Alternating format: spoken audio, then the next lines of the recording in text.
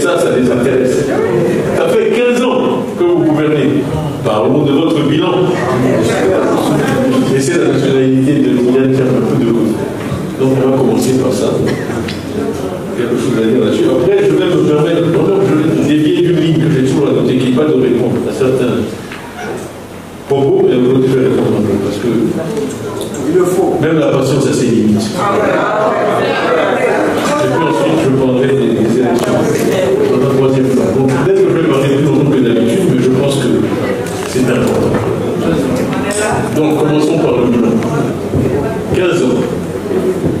Comme j'ai déjà dit plusieurs fois, quand on a été marié avec quelqu'un pendant 15 ans, on s'est fait une relativement bonne idée de cette personne.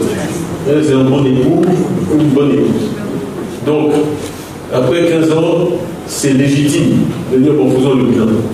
Après 3 ans, 4 ans, on peut accuser les prédécesseurs, même 10 ans, mais 15 ans, vraiment, on doit être entièrement redevable et responsable du bilan qu'on a face à soi. Quand je suis arrivé et que j'ai été élu, j'ai adopté un ton relativement constructif. Et j'ai dit, effectivement, il y a des bonnes choses qui ont été faites. Moi, je respecte tous les Ivoiriens. Qu'ils soient RHDP, RDR, PPACI, d'ailleurs, j'en prie vous saluer, le COGEP, le MGC, merci de vous être venu à nous. Tout le monde les applaudisse.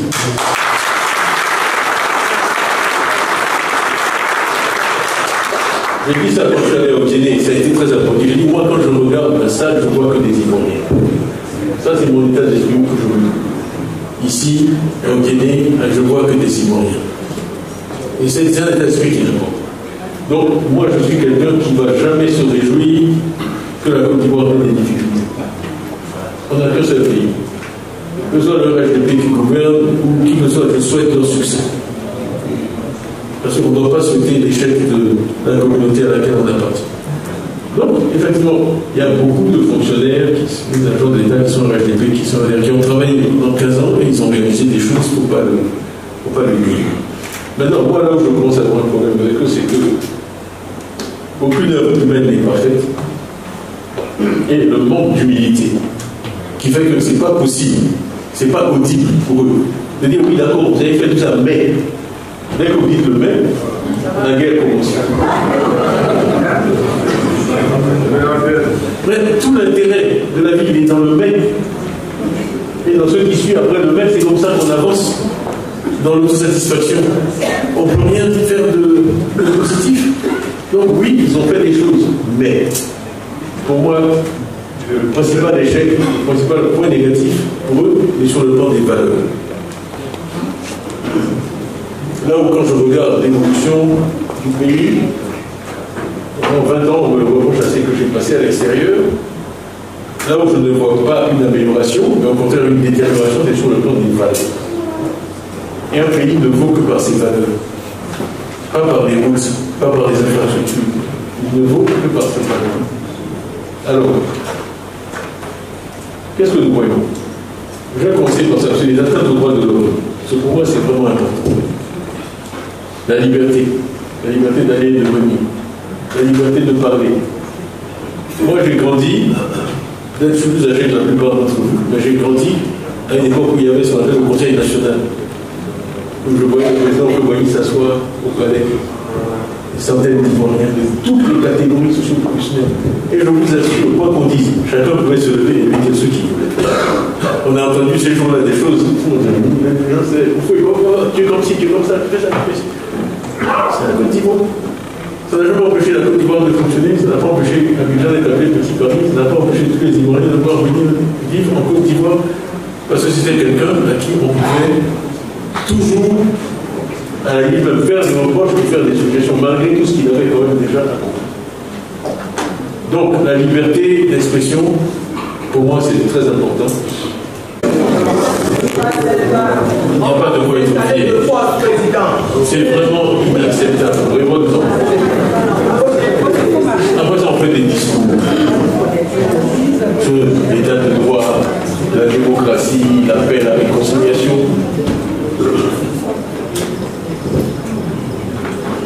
J'ai vu un juriste, notamment il me disait que lui est devenu ouvritiste parce qu'il faisait des grèves au campus, etc. Et un jour, la police est arrivée, ils ont eu peur. Ils pensaient qu'on venait les arrêter. Le policier dit non, le président veut vous voir. Et ils ont emmené à Cocody chez Oufoué qui leur a fait une leçon de 3 heures sur l'histoire de la Côte d'Ivoire. Ils sont repartis en applaudissant, ils ont arrêté la grève. Voilà, il y a ça, il y a cette manière de gouverner, il y a ça. Il faut que ça cesse. Ça suffit! Merci. Trop c'est trop. Comme le président Barou l'a dit, trop c'est trop. On ne peut pas être là et dire moi ça ne me regarde pas, moi ça ne m'intéresse pas. On ne peut pas être un pays où des filles de 12 ans sont molestées par la police. En 2025, où on traite des gens qui ils essaient juste de. Moi je suis désolé, j'ai présenté, mais c'est vrai, j'ai toujours le droit de la faire les syndicats. Partout où j'ai travaillé. Ce sont des syndicalistes. Ils ont un rôle légitime à jouer contre l'ordre. On ne peut pas arrêter quelqu'un parce qu'il demande qu'on améliore les conditions de ceux qui le. Maintenant, on peut voyez, on s'appelle le syndicat agricole. C'est un syndicat. C'est un syndicat. Alors, on invite les syndicalistes à être réunion au ministère de l'Éducation. On n'a jamais vu ça dans l'histoire du pays. Ils sortent de la région, on les arrête. Une association de consommateurs écrit à la CNI en demandant où sont les fichiers des électeurs. On leur dit venez à la CNI pour une division, ils vont à la réunion, la police et l'attente les arrête. Les jeunes gens disent qu'ils vont manifester contre la vie chère en t-shirt blanc. Voilà le degré de violence qu'ils ont mentionné, en t-shirt blanc. On les appelle, on leur dit non, c'est bien, votre manifestation va être communiquée le mercredi, le jeudi soir c'est interdit. Donc,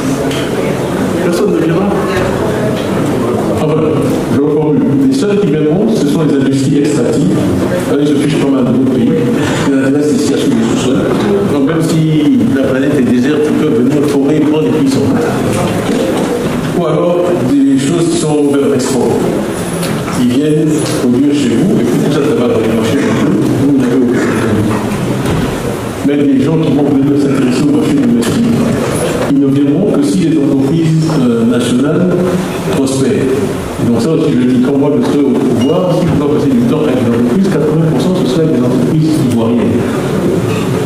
Bon.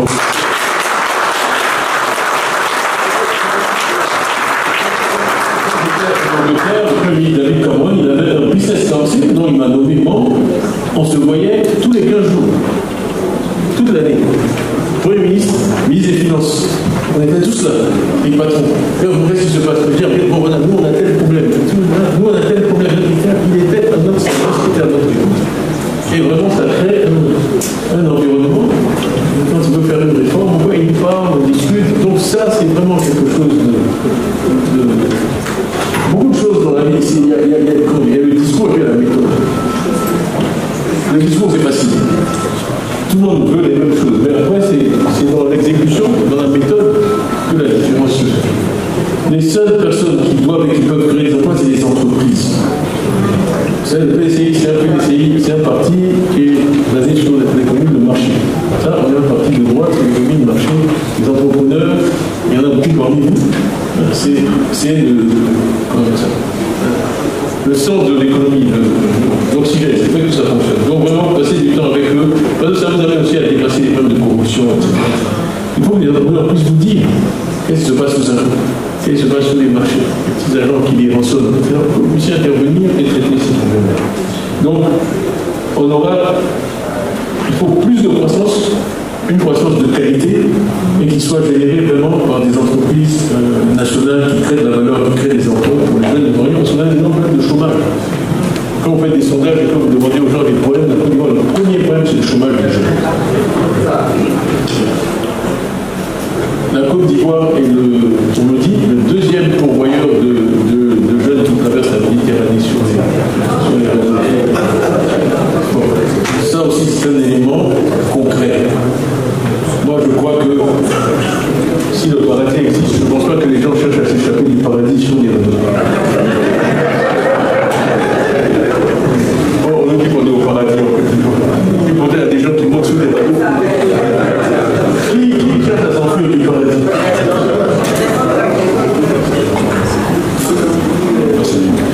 Bon. On me dit aussi qu'on est troisième en suicide. Je n'ai pas pu vérifier les chiffres qu'on m'a donnés, mais bon, tout ça c'est préoccupant. Et donc il faut que la situation s'améliore pour notre jeunesse, parce que de toute façon, c'est quand on ne traite pas ces problèmes-là qu'on fait le lit des djihadistes et tout ça. Et la violence. Donc il faut prendre ces problèmes-là au sérieux. Bon, voilà, ça c'était un peu sur le bilan. J'ai parlé des droits de l'homme, j'ai parlé une perspective économique, de la démocratie, etc. Je reviendrai après sur la justice et d'autres. Mais je vais répondre quand même à moi. J'ai dit que j'allais répondre un peu à certaines personnes. Donc, on me rapporte, parce que je n'ai pas entendu directement, mais qu'on me menace, en tout cas j'ai été menacé récemment par des personnes qui ont des positions de responsabilité. Bon. Il y a 200 000 personnes à peu près aujourd'hui, au minimum, à Abidjan, qui n'ont pas de logement du fait de dégarpissement sauvage. Il me semble que ce sont les mêmes qui sont à l'origine de ces dégarpissements sauvages qui me menacent et qui me critiquent.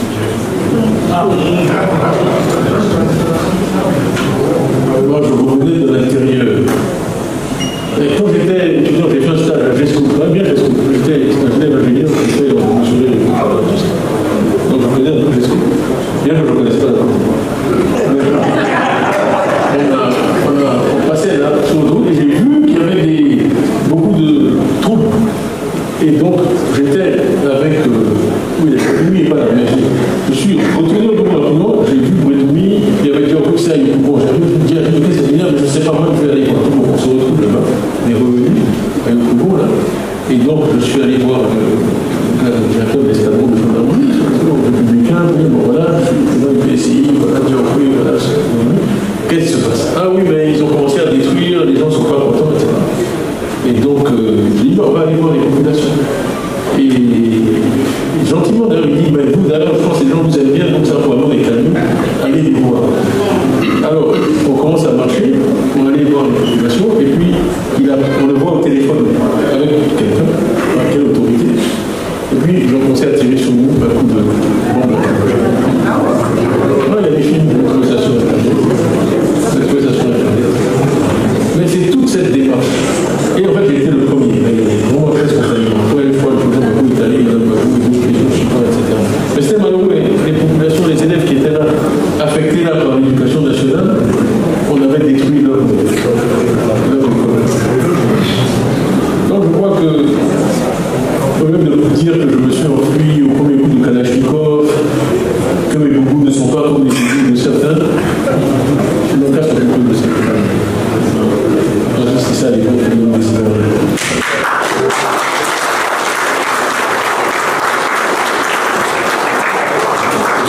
que eux aient cru pouvoir. J'ai été président de l'association des compagnies d'assurance de toute la Grande-Bretagne. C'est le 3e secteur économique de Grande-Bretagne.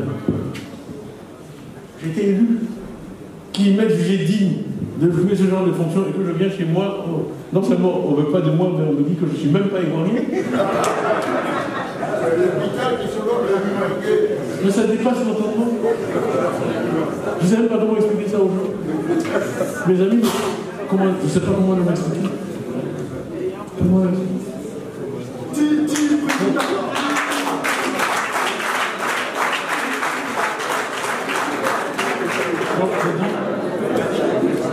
face à l'international, à l'étranger, c'est à nous de définir quel est notre intérêt et ensuite de se donner les moyens pour défendre notre intérêt. Et si on ne le fait pas, nous sommes les seuls à blâmer. L'araignée ne traverse pas le mur de la case qui n'est pas fendu. C'est à nous, s'il y a des brèches, il faut les colmater et être solidaires et défendre nos intérêts. Et élire de bons dirigeants. Donc, pour finir, je crois que j'ai couvert beaucoup de choses. Oui, il y a aussi une question réflexion sur mon absence. Pourquoi je prends en Côte d'Ivoire bon, alors, on nous a dit que je n'étais pas ivoirien. On nous a dit que j'étais ivoirien. Indubitablement. C'est le mot qui a été utilisé. Donc mon avocat me demande un certificat de nationalité. On attend toujours. Alors, dans la vie, la confiance, c'est un bien très volatile. Il faut qu'il y ait un minimum de confiance. Donc, vous me demandez de faire confiance à des autorités qui aujourd'hui, je suis ivoirien, mais quand leur demande à ne le donne pas, quand je suis menacé par des membres du gouvernement que mes papiers vont être retirés, quand je suis menacé que l'on va trouver une accusé de faux et usage de faux,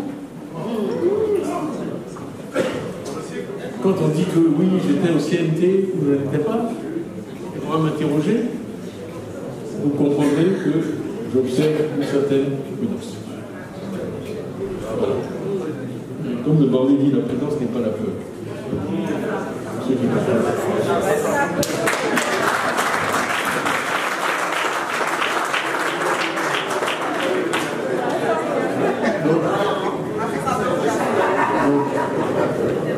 donc, on va continuer la lutte. Dieu merci, il y a la technologie moderne. Aujourd'hui, on ne peut pas faire taire quelqu'un. Je parle d'ici, on m'entend un Abidjan. Donc, c'est pas, il ne faut pas se laisser. Il y a des circonstances comme ça, il ne faut pas se laisser décourager par ça. Ok? On me dit, les militants, il ne faut pas se décourager.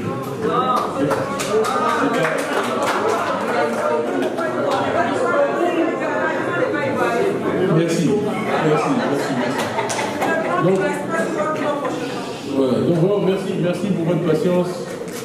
Je voulais vous parler un peu longuement ce soir. Je sais que j'ai parlé de beaucoup de sujets, j'ai couvert beaucoup de terrain, mais c'est important que, en tout cas, je vous dise comment moi je regarde ces problèmes-là, que j'ai la conviction que la Côte d'Ivoire est un pays fantastique. Les Ivoiriens sont un peuple fantastique.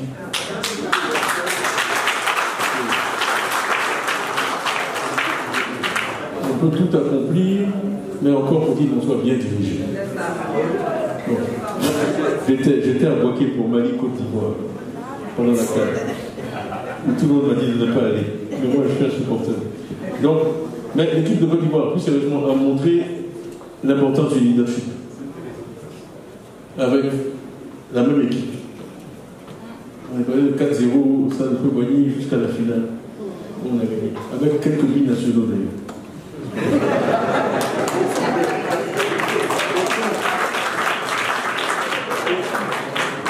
Ils sont pris dans leur contradiction. Ils ne veulent pas de moi, mais ils veulent garder la coupe. Si vous voulez pas de Tchad, il faut rendre la coupe.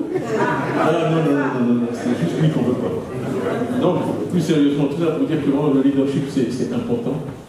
C'est important. Il faut vraiment expliquer à nos compatriotes que tous ceux qui disent, moi, la politique, ça ne m'intéresse pas, ça ne me regarde pas, ils se trompent. Parce que la politique est dans tout. Et quand la politique ne marche pas, rien ne peut marcher. Donc vraiment, ma seule ambition, c'est pour ça que je me suis lancé. Je vous assure, je l'ai dit, contrairement à certains, je ne suis pas né en me disant qu'il faut que je sois président de la République. Et si les choses marchaient comme je le souhaite, vraiment, je serais en train de profiter de ma retraite tranquillement. Mais je veux dire, si la Côte d'Ivoire était dirigée, je pense, comme elle mérite de l'être, comme elle doit être, je ne me serais pas lancé dans tout ça. Okay.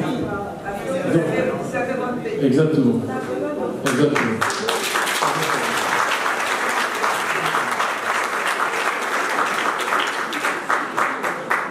Le médecin qui peut guérir la Côte d'Ivoire.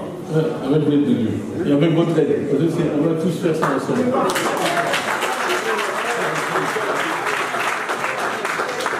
Quand j'ai dit tous ensemble, ce n'est pas tout de suite formule. J'ai aussi. J'essaye d'arrêter, à chaque fois vous faites des interventions intéressantes. Non, j'ai quand même vécu longtemps en Occident. Et je dis, vraiment, vraiment, vraiment, les yeux dans les yeux, je peux regarder pour dire qu'ils ne sont pas plus intelligents que nous.